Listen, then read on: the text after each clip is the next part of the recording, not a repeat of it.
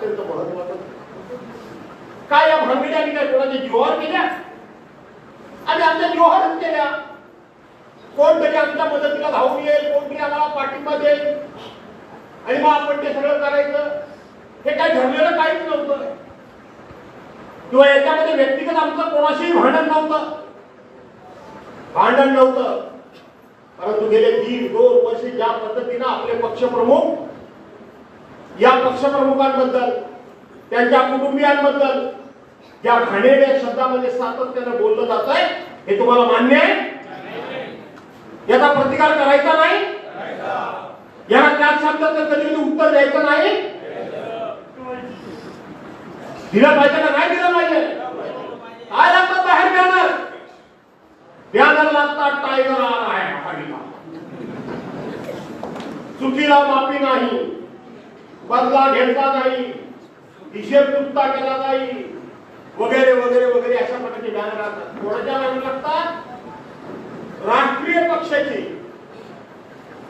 एका राष्ट्रीय पक्षाचे, भारतीय जनता पार्टीचे, ज्या विश्वगुरु म्हणून त्यांच्या पक्षाचे समजतात, त्या विश्वगुरूंचा फोटो, त्यांची निशाणी, त्यांचे पक्षाचे अधिकृत पदाधिकारी अशा प्रकारच्या ज्यावेळेला फोटो लावतात, अशा प्रकारचे आव्हान देतात, जिकडे तिकडे प्रसिद्धी करतात, टीझर प्रसिद्ध करतात, त्यावेळेला भास्कर जाधवच्या पाठीमागं 40 वर्षाची पुण्याई उभी राहिल्याशिवाय राहणार नाही.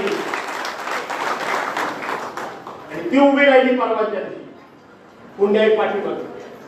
त्याबद्दल योग्य ठिकाणी मी बोलेन. आता माझा तो विषय नाही.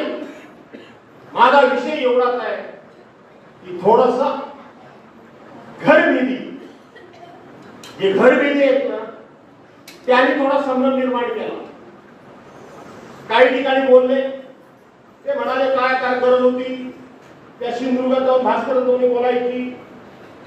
ते बोलले, आता मी भाषा कुठली वापरली, त्यांच्यासारखी भाषा मी वापरली.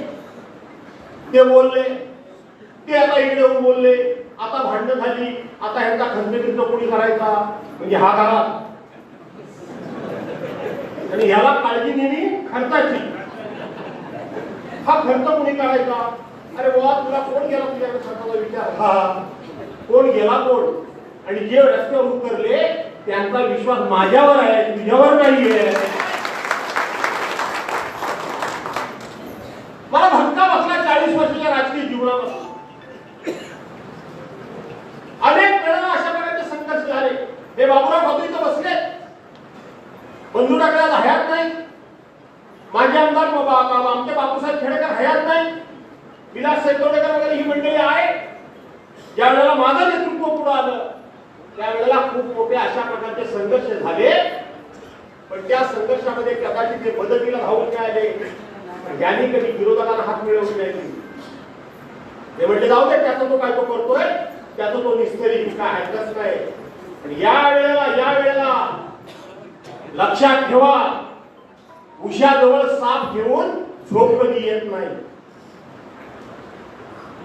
उशाजवळ साप जर असेल झोप येईल तुम्हाला? येणार नाही.